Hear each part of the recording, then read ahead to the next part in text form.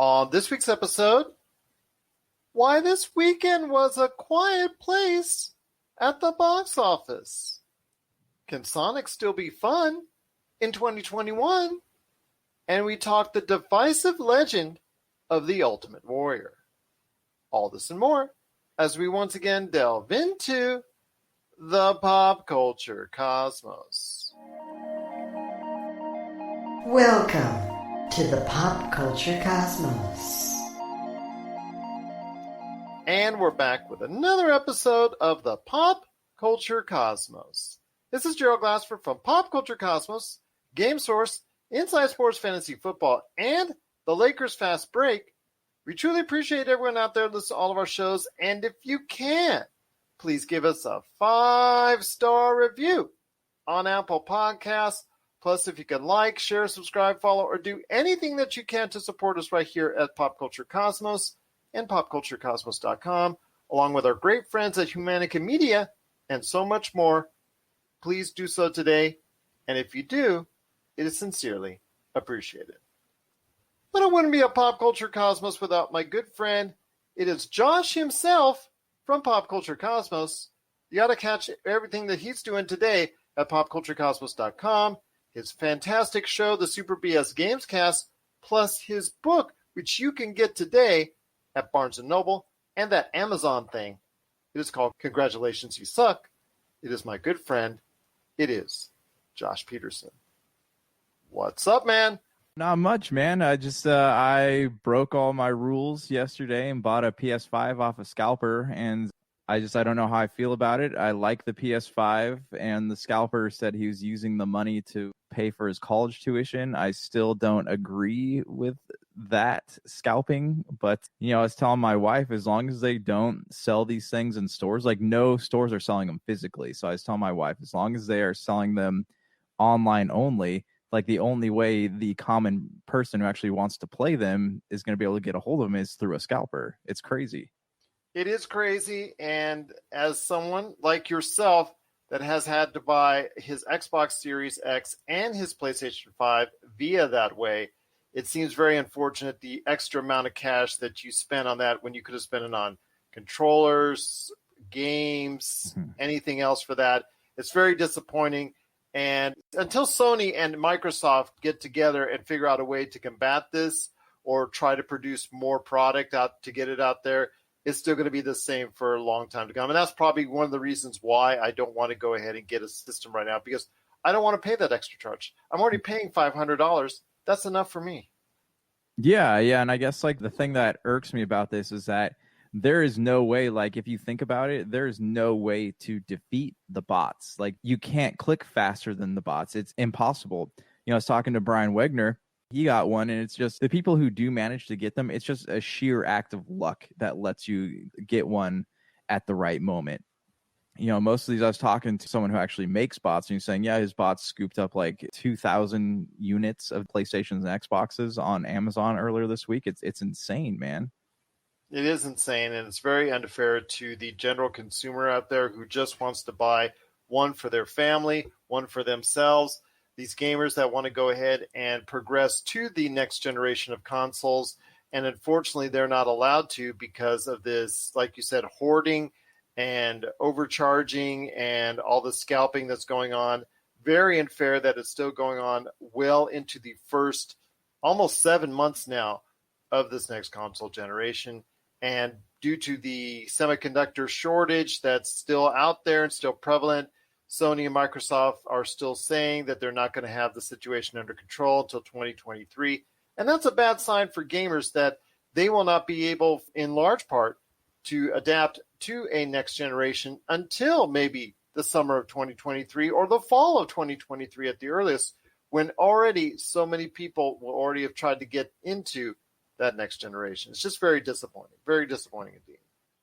Yeah, I agree. And it is unfortunate because you have like these kids who who really love games. Like they have a passion for playing games and they can't get these things. And their parents, a lot of them probably live paycheck to paycheck. And like, it's a big purchase to buy, a new console for your kid. And maybe you could afford MSRP price. But once you're looking at like especially with E3 coming out, I have a feeling that the scalping prices will go way up. So the difference between $500 and $800 or $1,000 is huge for some people.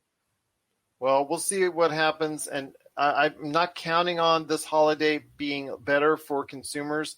I'm going to think, like you said, it's probably going to be a little bit higher and harder to get come E3, but I think it's going to be even worse come fall and holiday season when people are really going to start clamoring for a PlayStation 5 or an Xbox Series X, and they're not going to be able to get one because those bots will have sucked them all up. Mm-hmm. Well, it's going to be a great episode we've got for everyone out there today. We're going to be talking Far Cry 6. They showcased some gameplay. We're going to talk about if this is something that's going to get us back into the Far Cry series. And speaking of getting back into a game, Sonic Central happened recently the other day. That was a showcase for Sonic and all the stuff that's going on with it, whether it's mobile or console gaming. And Sonic Colors is a game that debuted for them, and they showed off some footage.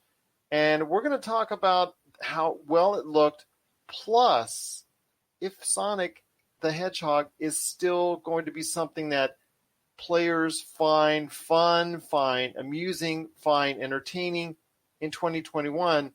Is it still something that's prevalent, something that people still want to get into, or does it find itself somewhere in the past? So we'll talk about that coming up here in a little bit.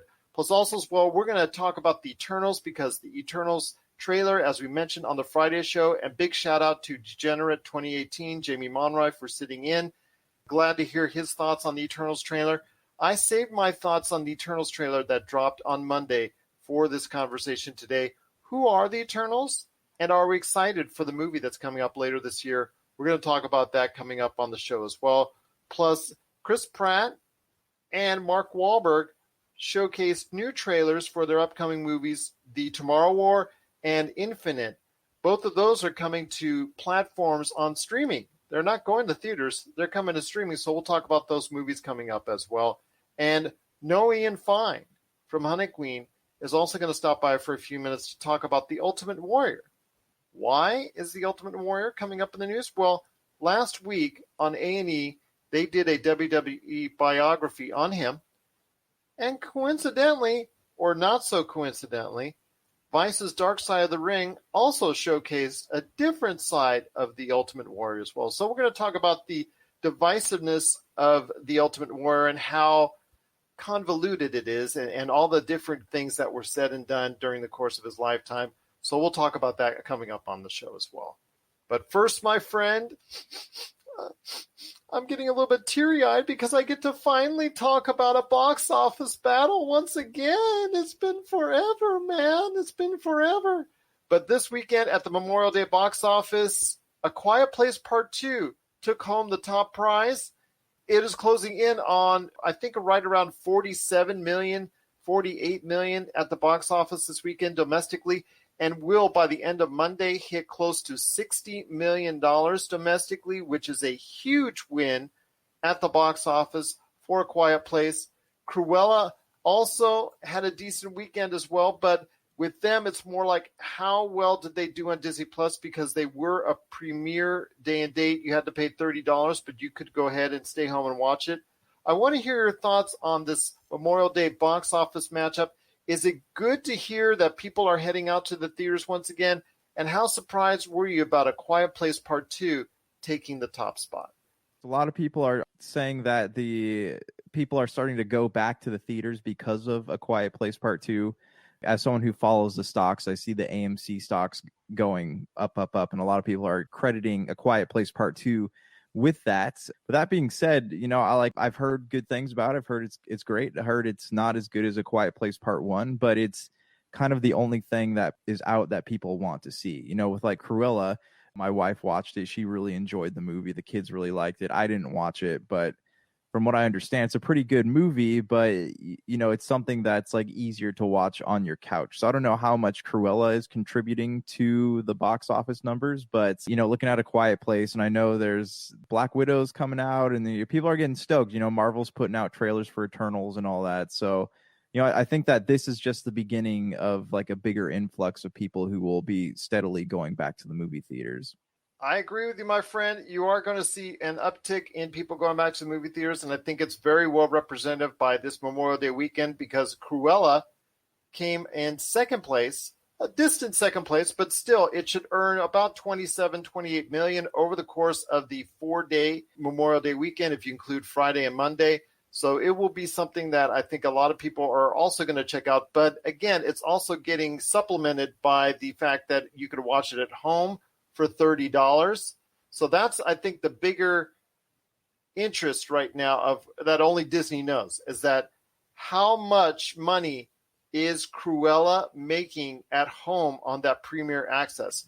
Does it close that gap enough to say, hey, was it a great investment? Was it a great thing? Or could it even do more? So that's what I want to know is with Disney Plus, how well is Cruella doing by people staying home and watching Cruella?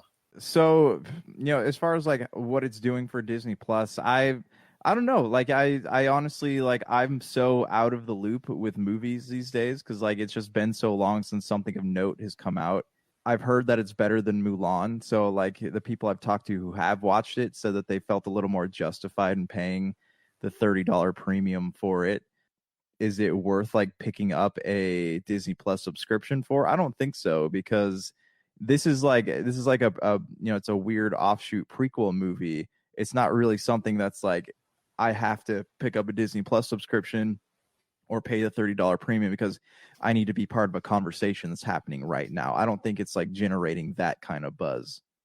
I'm not sure it is either, but again, Disney Plus only knows how many people in the past few days have purchased Cruella via the Premier Access. So we'll see what happens. I also know that there are going to be a lot of people watching July 9th when Black Widow debuts on Disney Access. So we'll see how that one goes. I think we're going to see that mix of day and date films that are releasing both on a streaming and also box office platform go up against movies that are actually just doing box office. Now, this is also going to be a big win for Paramount Plus, and I say that because there's only a 30 to 45 day window before it appears on Paramount Plus. So I asked this before we head on to our other topics for the day, and that is this.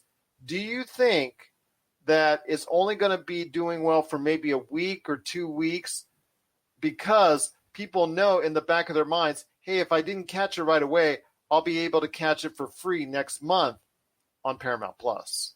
So I was kind of wondering about that also. Like, I think it's really great that they're kind of closing the window between theatrical release and what's on TV.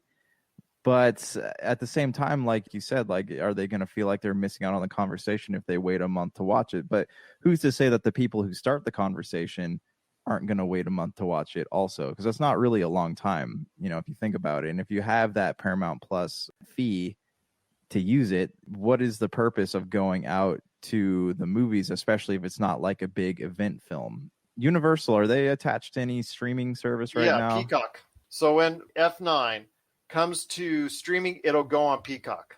So like these big event films like Fast 9, like I can see that being something like, hey, I can watch it at home, but I'm still going to go out to the theaters to watch this because this is a big event film. This is a pop culture moment. It's like, I don't want to say it's as big as Avengers Endgame, but it's still a pop culture moment. But something smaller, like A Quiet Place 2, which is obviously people are going to the theaters. But if it's something that's outside the realm of a major franchise, I don't see people going to the movies for things like that if they can just watch it at home.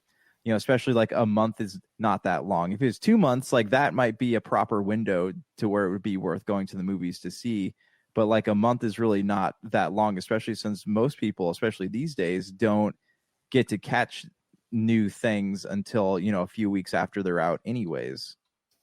Well, I'm very interested to see how this shapes up. Again, for me with A Quiet Place, it's not about this weekend, although I'm very happy that they are doing well this weekend at the box office, exceeding expectations. And people are noticing that, hey, a lot of people are going back to the theaters. So I think Hollywood is breathing a sigh of relief that people are going back to the box office, going back to the theaters to go catch movies again. So I think that's a good sign that there are individuals that are going back and not just in small numbers, in decent numbers for the right film. So that's going to be great. But with a film like A Quiet Place Part 2, what I want to know is the numbers 2-3 weeks down the line for people that know in the back of their minds, hey, I know this is coming very soon to Paramount Plus, so I think I'll just go ahead and hold off on going out to the theaters just now. But this will dictate going forward what the box office may look like over the next few months, that the summer can actually be a good and prosperous summer for the movies and the box office. We will see, like you said, F9 is going to be the next big event movie. This was more like, okay, this is the holiday weekend. We need something to do. We need something to see. So Quiet Place Part 2 is out. Cruella's out. Let's go check those movies out. So we will see with F9 if we are, I don't want to say if we're all the way back, because we won't be all the way back for quite some time, but it'll be good to see exactly where we stand at the box office when F9 comes out. At least right now I can say it's going to be a good start indeed.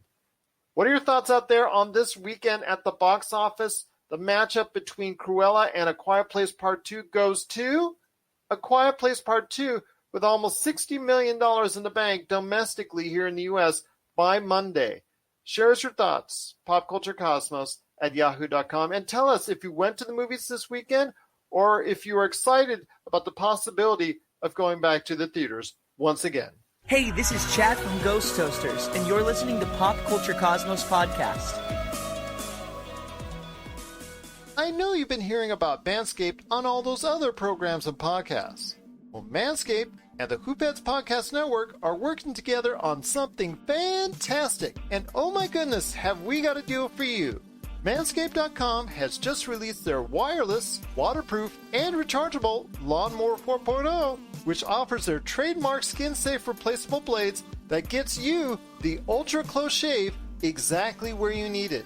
Head on over to manscaped.com and choose from the huge list of men's grooming and lifestyle products, including the ultra-popular Lawnmower 4.0 body groomer, and get 20% off at Manscaped, plus free shipping with the promo code FASTBREAK at manscaped.com. That's right, just type in FASTBREAK, all one word at checkout, at Manscaped, and get ready to start looking good this summer from your friends at Manscaped, the Hoopheads Podcast Network, and the Lakers Fast Break Podcasts. All right, my friend, and we're back with the Pop Culture Cosmos. It's Gerald Glassford along with my good friend, Mr. Josh himself, Josh Peterson. Josh, sorry for the delay. Technical issues are abound. Josh? Oh my gosh. Wow, that's so much better. Okay, fair enough. Do you know what it was? What was it? The PlayStation 5 was in standby mode. It sucks up so much bandwidth. I couldn't figure out, like, I was running at 5 megabytes per second. I was like, what's different since last time? And I was like, oh my gosh. And it dawned on me that the PlayStation 5 standby mode, it's still like using the internet. Oh my gosh. There you go, PlayStation 5 owners. That's what you're looking at when you finally get your hands on a PlayStation 5, whatever month, year down the line you could get it. But yes, PlayStation 5 is right there for you. So I want to ask you this. Far Cry 6 debuted a lot of gameplay footage this past week. I know you got a chance to look at it. It takes place in the fictional Caribbean island of Yara. There's a ruler, El Presidente, Don Castillo, played by a guy who we said before on this show is one of the hottest actors on the planet. Still is Giancarlo Esposito as far as all the stuff he's doing, because you know he's doing The Mandalorian. You know he just did Breaking Bad. You know he's doing a lot of other stuff out there. So he's definitely a wanted actor. He's playing the dictator in this fictional setting. But I got a chance to look at it, not only the different tactics you can do, but I want to hear your thoughts, because not only can you go about this in a stealthy fashion, but you can go about this as a run and gun fashion like you normally know in a Far Cry. But the fact that you can combine a lot of tools and elements from out there and piece them together as far as weapons are concerned. They talked about all the different creative ways you can make weapons and all the things that you can do with them. I like from the things that you can grab from like spare parts and cans of food and things of that nature to create weapons. I even like the fact that you can get an old CD player playing the Macarena while you blow up your enemies. So it looks really cool. I was looking at the gameplay like Far Cry 4. It kind of has that vibe a little bit. As far as like the game itself, I love Far Cry, but like Far Cry 5, I feel like I spent so much time in that world and messing around with those characters in Far Cry New Dawn that I don't know how ready I am to go back to a Far Cry game, but this game does look really cool. I love the look of the protagonist. Like she's out for revenge, whereas like most of the other, like the last Far Cry game is just some guy, cop, wrong place at the wrong time, and he ends up getting like stuck in this area. This girl looks like there's a really interesting backstory going on with her. And because of that, I don't know, it makes you feel like as a player you have there's more at stake.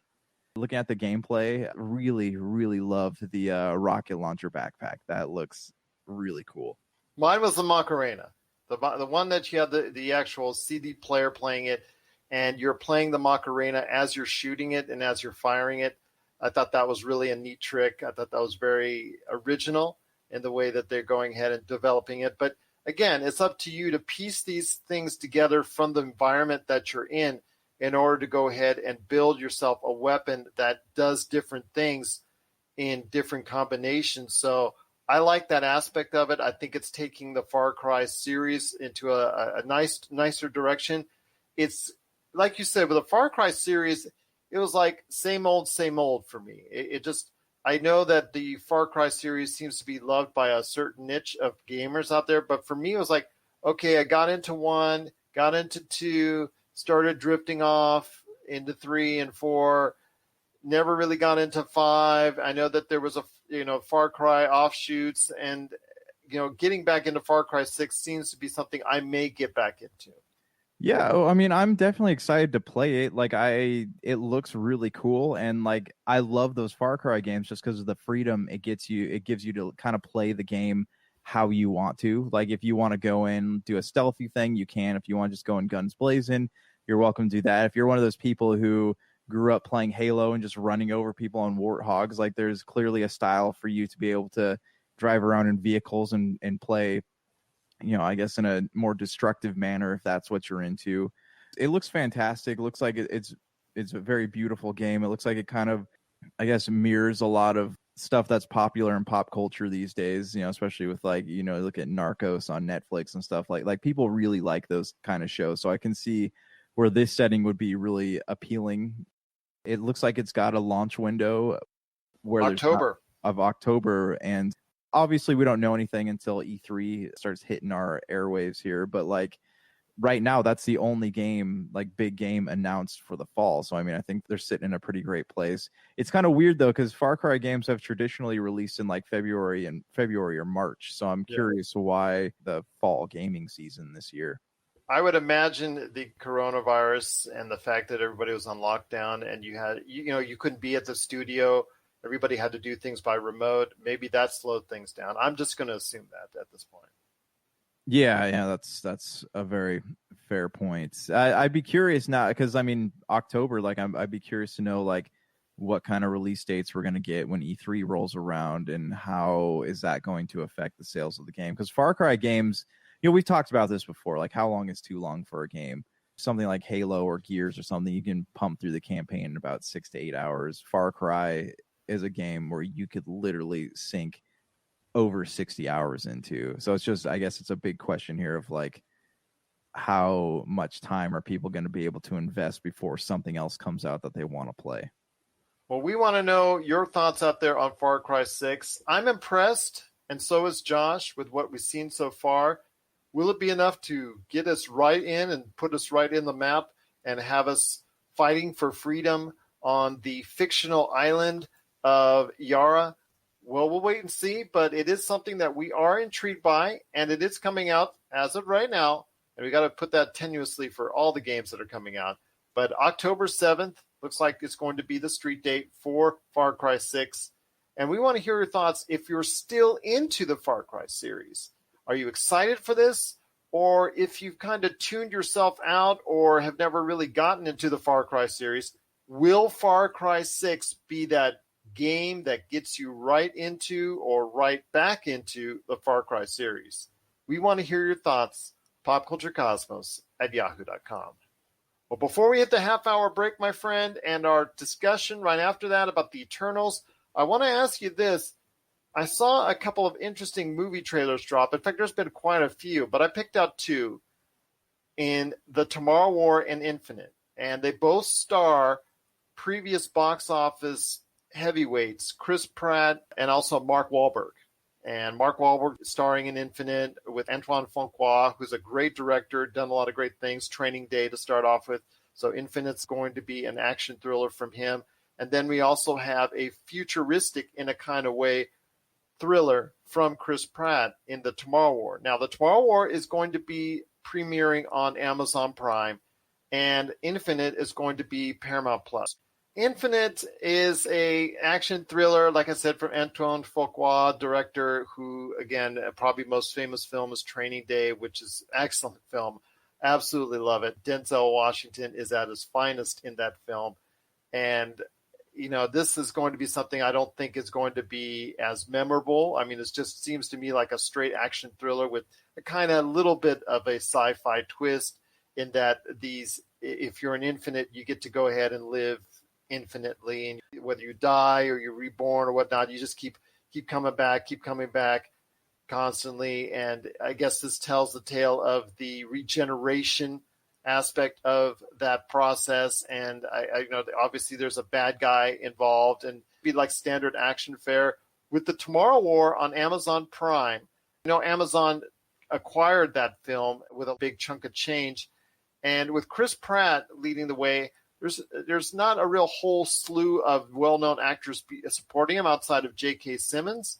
The film starts off taking place in our age, but I guess there's an alien invasion 30 years from now. So the individuals from that time period come to our time period to recruit, or aka draft, as many humans as possible to go ahead and fight the fight in that war 30 years from now. So it's got a nice little concept. We'll see what happens there. Again, it's all upon Chris Pratt on that one as far as him leading this film. These films may or may not have succeeded in the box office, may have been those 1 or 2 weeks where they really did some numbers and then fell off a cliff. Does any one of those two appeal to you as a movie you want to go ahead and check out on the streaming service? So yeah, I mean, Infinite is definitely like I'm sitting here reading about them, checking out the screenshots. Like it is definitely something that like sounds cool. The idea of like past lives, you know, and like what happens if you remember one of them. Like having all that going on and like all those past lives are connected to the story. That's a really interesting premise. It's not like it hasn't like been done before. Was that movie with Ryan Reynolds that came out? It was a couple of years ago that kind of had that where they put his mind into this guy and he started to remember things. They've done that before. Yeah. So I guess like, you know, and obviously Antoine Fuqua, Training Day, excellent film. This sounds like he's breaking into a different genre here with this, but it does sound like something that could be interesting if done right. So is this a one that's actually going to movie theaters as opposed to No, Paramount Plus. I believe Plus. it's not going to theaters. It's going to Paramount Plus. Oh, interesting. All right. And as for The Tomorrow War, like I did get to check out the trailer for this one, and I am interested, man. Like it looks really cool. You know, I've seen a lot of people like comparing it to Halo, how like they kind of, instead of going back in time in Halo, they went and recruited kids to fight a war that was coming in the future. So they're making comparisons among the premise there, but it sounds really cool on paper. Remember Battle Los Angeles with Aaron Eckhart? Like that was a really cool idea on paper, like when you're reading about it, but then when you went to go watch it, it was a visual spectacle, but you kind of forgot about it soon after. And that's what I'm wondering if this is going to end up being kind of in the same vein as that. But stoked for a new sci-fi movie to watch. Amazon did buy the rights to The Tomorrow War. Forget this, Josh. $200 million. So it's better be a home run for them when it comes out on July 2nd, right around the July 4th weekend. So it better be a home run for them. And I don't know if we will see the same kind of success as Borat 2 or Coming to America 2, but I am still going to check out The Tomorrow War. We'll see what happens with that. That could be, again, a big hit or big miss for Amazon Prime. But at least Amazon Prime is doing what I had originally asked for them to do 5 years ago when we started this show, is to take the money that you're making and put it towards Prime Video. And it's good to see that they're finally doing that with movies like The Tomorrow War, with The Lord of the Rings, and all that. So I'm very happy to see where this direction is going for Prime Video. Maybe The Tomorrow War will get them talking when it comes around on July 2nd. And for those folks waiting for Infinite with Mark Wahlberg, you won't have to wait much longer because on Paramount Plus, it hits on June the 10th. What are your thoughts out there on The Tomorrow War and Infinite? Are you going to be excited to go ahead and see these two when they hit their streaming services? Or are you just going to pass them on by? Share us your thoughts. popculturecosmos@yahoo.com. Well, coming up next, we're going to go into a deep dive on the Eternals. Plus, we're going to be talking about the future of Sonic. Or is there a future for Sonic? And also as well, Mr. Hunniqueen himself, Knowing and Fine, returns to talk about the divisive legend of the Ultimate Warrior. We're going to talk about that coming up on the back half of the show. This is the Pop Culture Cosmos. Video game box art, the stories behind the covers, in which we talk to the illustrators and artists who are responsible for gaming's most iconic images. Don't forget to check out Video Game Box Art, the stories behind the covers, celebrating gaming's most iconic images from the people who created them. This and many more from Rob McCallum Films. And we're back with the show. It's the Pop Culture Cosmos. This is Gerald Glassford. I'm here along with my good friend, Mr. Josh himself, Josh Peterson. Okay, Josh, I've been really holding this conversation back for about a week to talk about it with you. And that is the Eternals. The Eternals dropped their first real trailer. We're not talking about just little footage that was shown as part of a montage. Again, I thought this should have been the first look. This should have been the first thing that you've ever seen from the Eternals, but it wasn't. But it was the first actual trailer of the Eternals. Before we go into who are the Eternals, I want to hear your thoughts on the trailer itself for Marvel, and if you're excited to go ahead and see that as an upcoming Marvel MCU film. So the trailer was unexpectedly beautiful. I don't know, it had a cinematic quality to it that I've never seen in the Marvel universe. Like, I don't know, there's something about the way that it was shot and the color tones, and I don't know, it just had a very like somber feel to it, and like that's something. I wonder who the director is. Didn't she just win an Academy Award? For who is it? Chloe Zhao. Oh, yeah. I mean, the winner for Nomadland. Yeah, so I mean that makes sense, and you know, knowing that, like I'm excited to see this movie. You know, like it has. You look in the trailer, like it does have the quirkiness, I guess, of a Marvel film, but it seems to like take itself serious on a level that no Marvel films have done before. And maybe that's just the content here, where we have these characters who have basically like taken it upon themselves to cultivate life amongst the cosmos. And then you still have like the characters who joke, you know, they're joking about who's going to lead the Avengers now that Rogers and Stark are gone. Like that was a funny moment from the trailer, but yeah, it looks very beautiful, and I do really want to watch this movie. Like I'm more excited about this than I think Black Widow or Spider-Man. Really? Because I'm the exact opposite.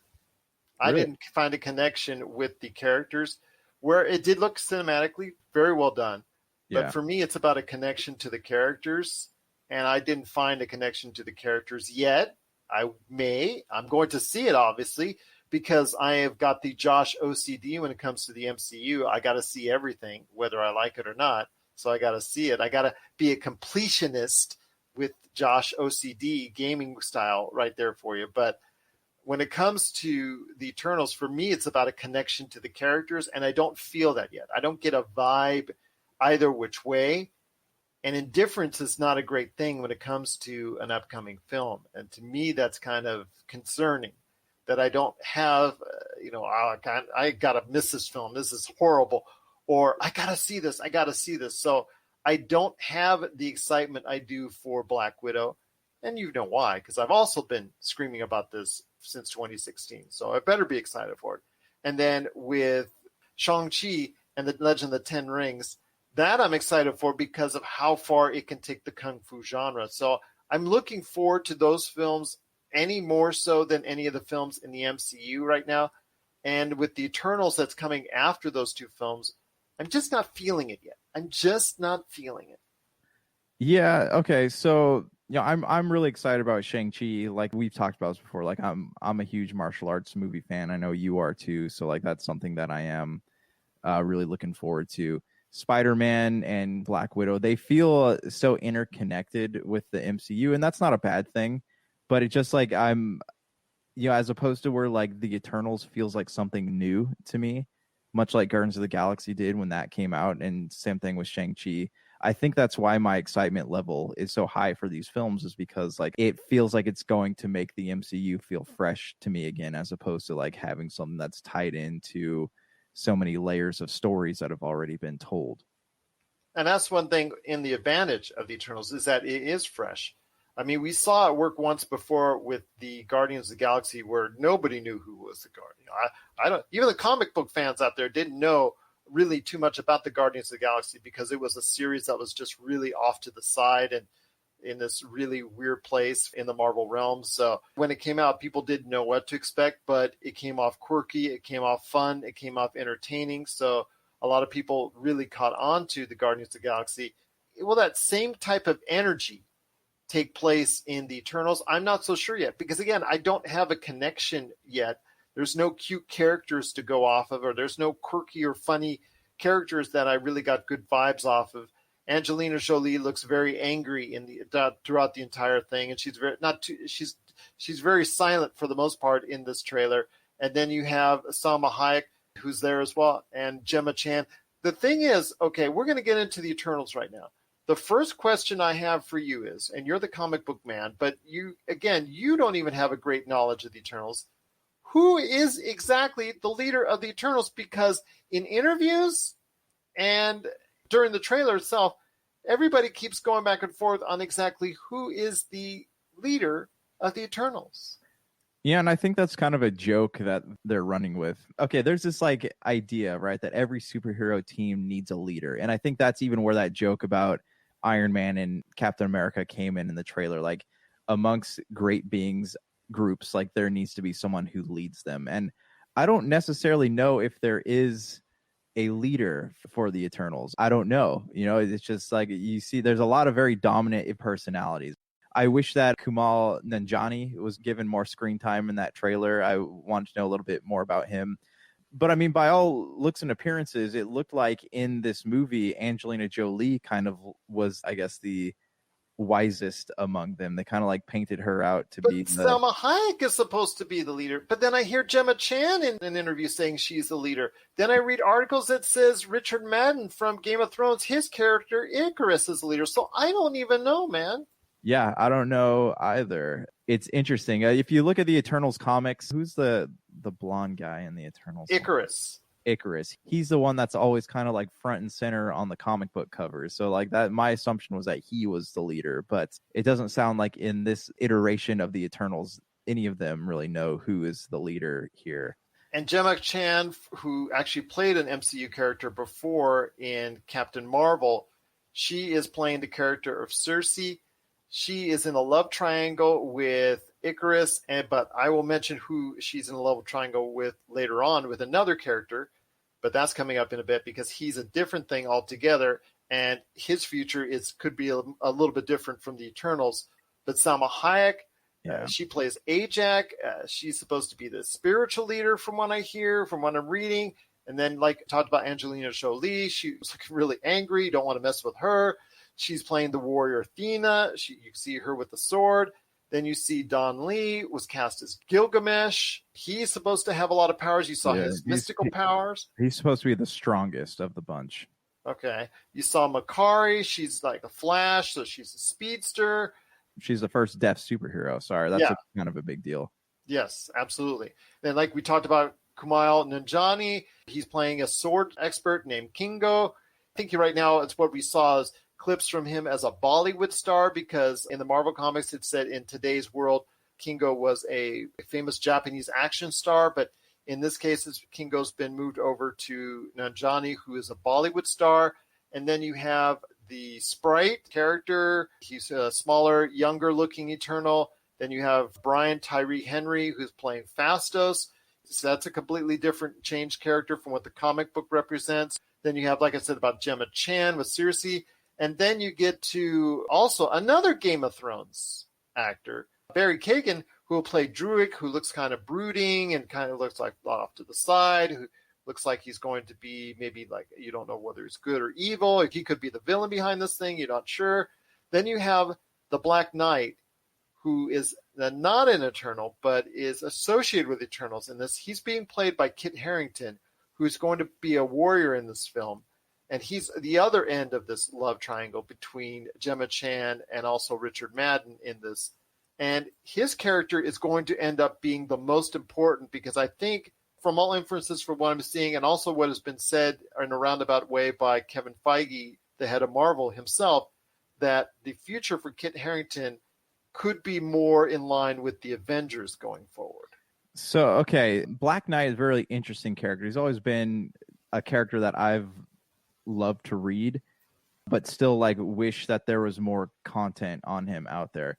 It's the sword, right? The sword, it has a blood curse on it. One of Arthur's knights was the original like wielder of the sword, and they got passed down. But through different iterations of Black Knight, some of them have been bad guys, some of them have been good guys. Kit Harington is like the most famous of them. Dane Whitman character is his first introduction into the Marvel universe. They thought that he was a bad guy, so they kind of like, because he was set up, and they thought he was a bad guy. Then he proved his worth to like Captain America and Iron Man, and he eventually, on a few occasions went on to lead the Avengers. Speaking of leaders, he was the leader of the team for many, many comic book arcs. But he has this like confliction in him where he doesn't even know if he's good or bad. So I think Kit Harington is kind of a good actor to play a role like that. Just from what I've been reading on the internet, it sounds like there are big plans for Kit Harington, Dane Whitman, as far as what might happen outside the Eternals, whether it's a Disney Plus show or he appears in the next Avenger film. My big curiosity here is, what is the Black Knight costume going to look like?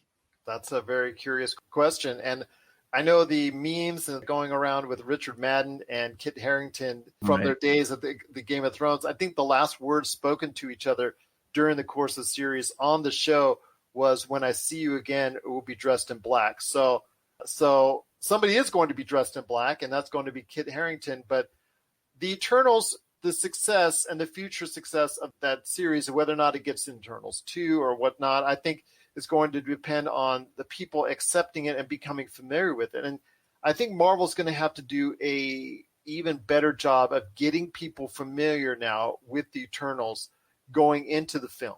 And it's not, I know that they were lucky one time with Guardians of the Galaxy where they really didn't have to get you, caught up to speed, where they're just throwing that out there and saying, "Hey, we're Marvel, go ahead and watch our film." And it worked because people really enjoyed the Guardians of the Galaxy.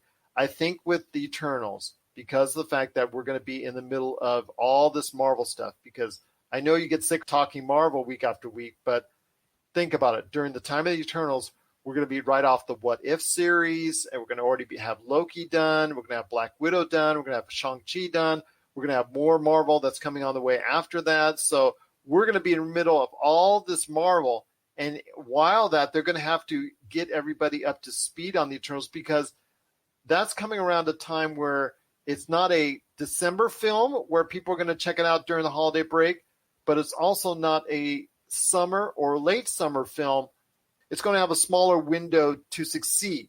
A lot of people still go to the movies on Thanksgiving and the day after. So I feel like, they'll have a lot of people going to see this around that time. But I don't see release date being an issue for something like this. Marvel fans are Marvel fans. They'll go and see a movie no matter when it comes out. Like, what was it? Captain Marvel came out in April. Like nobody, it came out on a school night, but people still pack the theaters to see it. So I don't know how much that's going to affected. Hopefully not a lot. I'm hoping that once this movie comes out, it'll get a lot of really great hype. So think about this. Why would they introduce characters like this at this time, if not to kind of introduce what the next big threat in the MCU is going to be?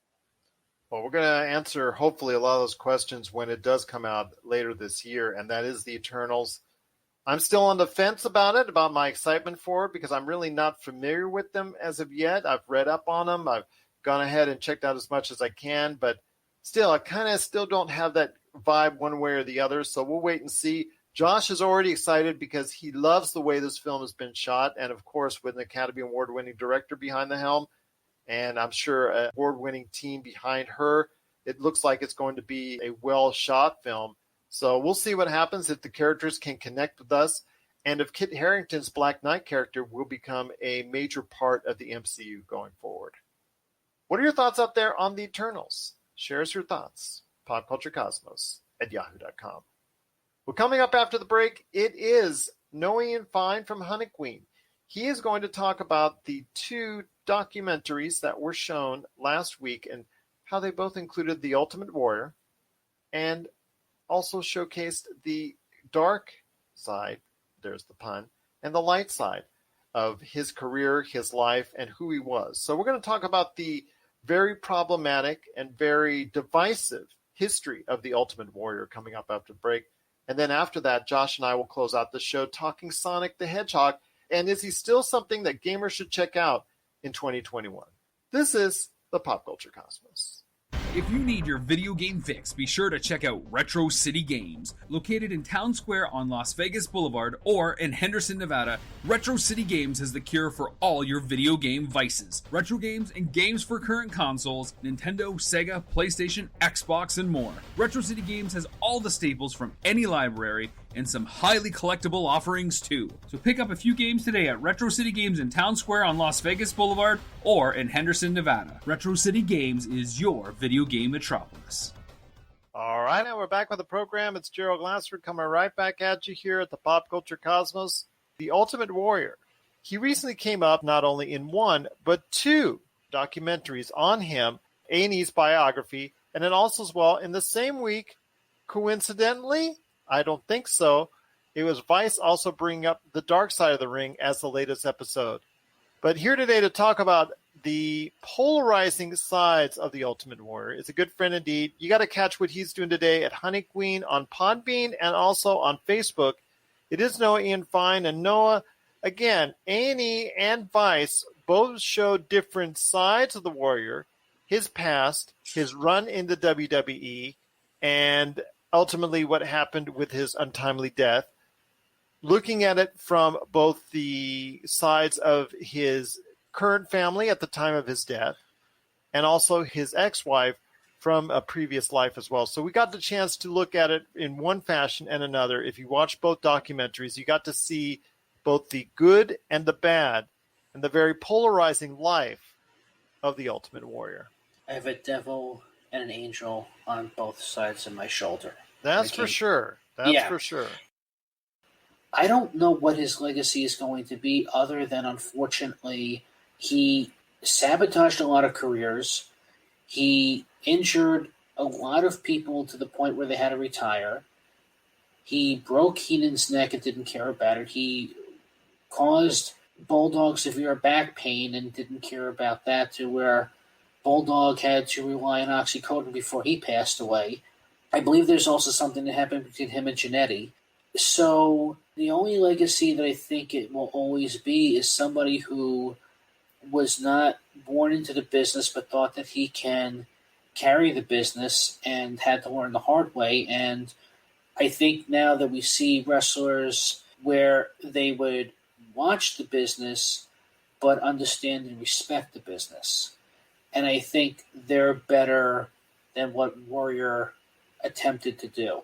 And unfortunately, as sad as it is, and I know people don't want to speak ill of the dead, but let's be honest and fair, the more I'm watching these matches and watching these biographies, I feel that it was his way or no way at all, and pretty much bit him in the rear end. And I think that's what his legacy will always be.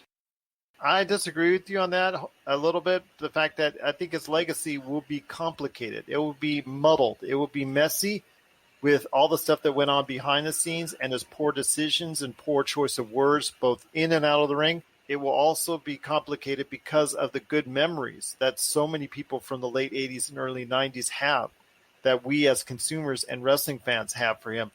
Now, mind you, a lot of the people don't go into the X's and O's like we did as far as his work rate, as far as anything of that. A lot of people were just excited with his 3-minute matches that were going over the height of Ultimate Warrior's championship runs. I think a lot of people look at that and have fond memories of that, and with the tassels and the whole looks and the bright colors that he always seemed to have. And a lot of people seem to have enjoyed that part of it, and how he had reached almost a Hulk Hogan-like status that very few of the wrestlers ever been able to get into that air to even be spoken of in that context. So I think his history and his legacy is very complex.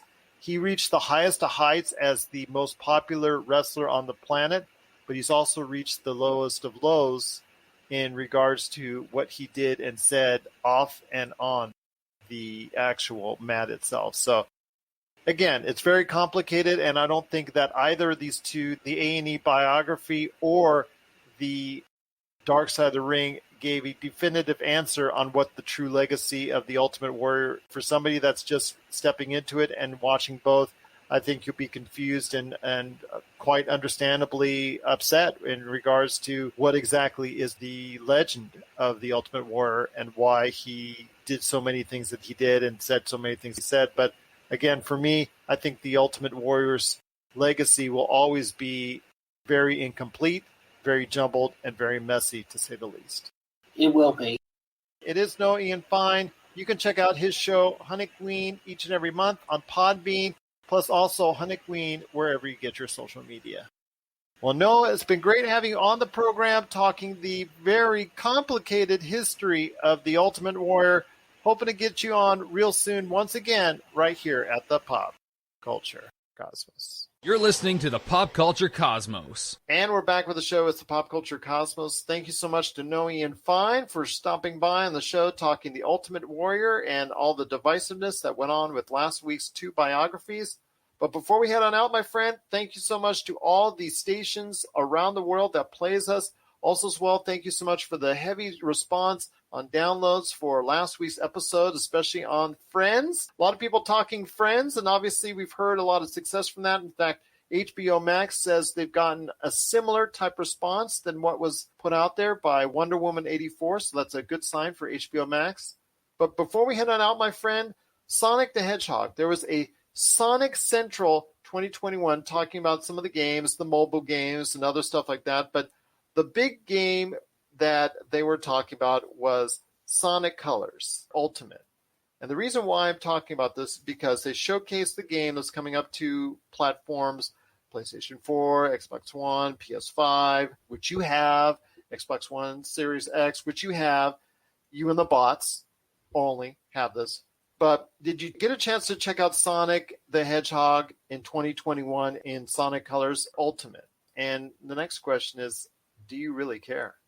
It was weird to me to see this Sonic anniversary presentation and have like their big release be centered around this. You know, there are other, I guess, more loved Sonic games out there than this. Well, okay, while we're on this topic, let me ask you this. Why do you think that Mario did a better job of jumping into the 3D realms than Sonic did? Why was Mario better received than Sonic? Well, I just think it's the support that it was given. Not only by the fan base that's out there that loves Nintendo, but the fact is that Nintendo was willing to put in more research and development and obviously design than anything that Sonic does. And, you know, Mario, we see him branch out from all those different types, Mario Golf, Mario Party, all those different Mario things that have been thrown out there over the years. And Sonic has tried to do that to some extent as well. But I think this leads all the way back since the 90s. Between Mario and Sonic. The reason why there's been such a huge chasm of success between these two, Nintendo evolved. Nintendo was still able to put out systems with Mario as its showcase character, as its showcase games. Whereas Sega, they died with the Genesis and what came after that. They were forced to become just a studio that had to rely on other platforms to succeed. And it is so much better when you have that native technology, and Nintendo obviously having that advantage, having to showcase Mario in any way, shape, or form that they wanted. I just think that you always have that showcase platform. And for me, I think that's the biggest reason why that Nintendo and Mario has succeeded far above anything that Sega and Sonic has done. Sega was kind of on its way out around the time the Dreamcast was coming out. Like, the Dreamcast surprises me that it was as successful as it was. And then the Saturn came out and it tanked. The Saturn tanked. Yeah, but Saturn was a big deal. And then, Sony making that announcement like, hey, you can get this today for $100 cheaper than the Saturn. When that happened, Sega kind of lost its credibility because people went over to the PlayStation instead. There's a lot of like history there with Sega, dumping PlayStation and all that. But I think about it this way, like Mario is a character that exists that goes to different worlds, whereas Sonic just kind of like runs, so it's like, from a storytelling perspective, Sonic is not that interesting of a character, or is at least not as interesting as Mario is. It has only really succeeded in mobile games. I mean, they have come out, Sega has, with tons of Sonic console games over the past 20 years, and none have really stayed with an audience. And again, the only thing that's worked for them was mobile games. But I'm going to hit you up with this before we head on out, and that is Sonic still relevant in 2021? I think that Sonic can be, like you said, Sonic is kind of like the most under-researched character in video games because people just assume that they understand what audiences and what gamers want from a Sonic the Hedgehog game. And people at Sega don't make Sonic games for Sonic fans. Like, they make them for like, oh, hey, how is Mario succeeding? How is Spyro succeeding? How is Crash succeeding? Like, they make games based on what is successful as opposed to making a game based on what the player base actually wants. Well, with Sonic, though, the thing is, again, they have released a ton of games since the death of the Saturn. And they're all different. Yeah, all different, but really, for the most part, outside of the one, like you said, that has garnered some success, has really been pretty much a failure. And they've succeeded on a level with the mobile industry. They've done very well there, and trying to go ahead and have that same kind of success on the consoles has been very challenging for them. The thing is, they've never been able to recapture that interest people had 30 years ago, my friend. And ever since then, it's been hanging on in some form or another. And I'm not sure if they'll ever get it back. Yeah, and it's unfortunate because they've done fans the dirty for so long. Like, I think that Sonic does have a redemption quality to him, especially with the movie. So I think that the next Sonic game they put out needs to be like the Sonic game that changes everything, or else Sonic is just going to be a property that kind of dies. Time has caught up, I think, with Sonic the Hedgehog, and I'm not sure if they're ever going to see that kind of success again until they reinvent themselves into something so much better. What are your thoughts out there on Sonic the Hedgehog? Are you still interested in playing a Sonic the Hedgehog game in 2021? We want to hear your thoughts. popculturecosmos@yahoo.com. Well, my friend, thank you so much, as always, for being a part of today's show. Any last thoughts on the way out? So I have been playing Biomutants. Really? Yes, and I have some thoughts on it. I'm into it. The mechanics of the game almost feel bloated. It's fun, but it's not like what I was expecting it to be, if that makes sense. Like, it feels very antiquated. Like, if this game came out on the Xbox 360, like, I could totally see it like just being something that everybody wants to play. But there's so many different genres blended into this game. So, like, if they were more focused on like whether they want to be an RPG or a third-person shooter, I think they would have a lot more success. But that being said, I am enjoying my time in this game, and it has a Zelda-like quality to it where you kind of have the freedom to go where you want, when you want, and play the game your own style. I don't know, it feels like something I would have loved on the 360, but not something that I would love on the Series X, if that makes sense. But again, like, I am enjoying my time, just not as much as I thought I would. And we will be getting a full review from you for popculturecosmos.com, right? Yes, yeah. Sounds good, my friend. Looking forward to hearing more thoughts and reading more thoughts on Biomutant. And make sure you stay in tune with us each and every day on our social media, Facebook, Twitch. Also, we have great tabletop role-playing games there going and happening all the time. You can also check us out on Twitter, Instagram, and of course, you'll get the latest news and updates on the world of pop culture every day on Facebook at Pop Culture Cosmos. So for Josh Peterson, this is Gerald Glassford. This is another beautiful day in paradise right here in the Pop Culture Cosmos. We thank you for listening. And here's hoping you have yourself a great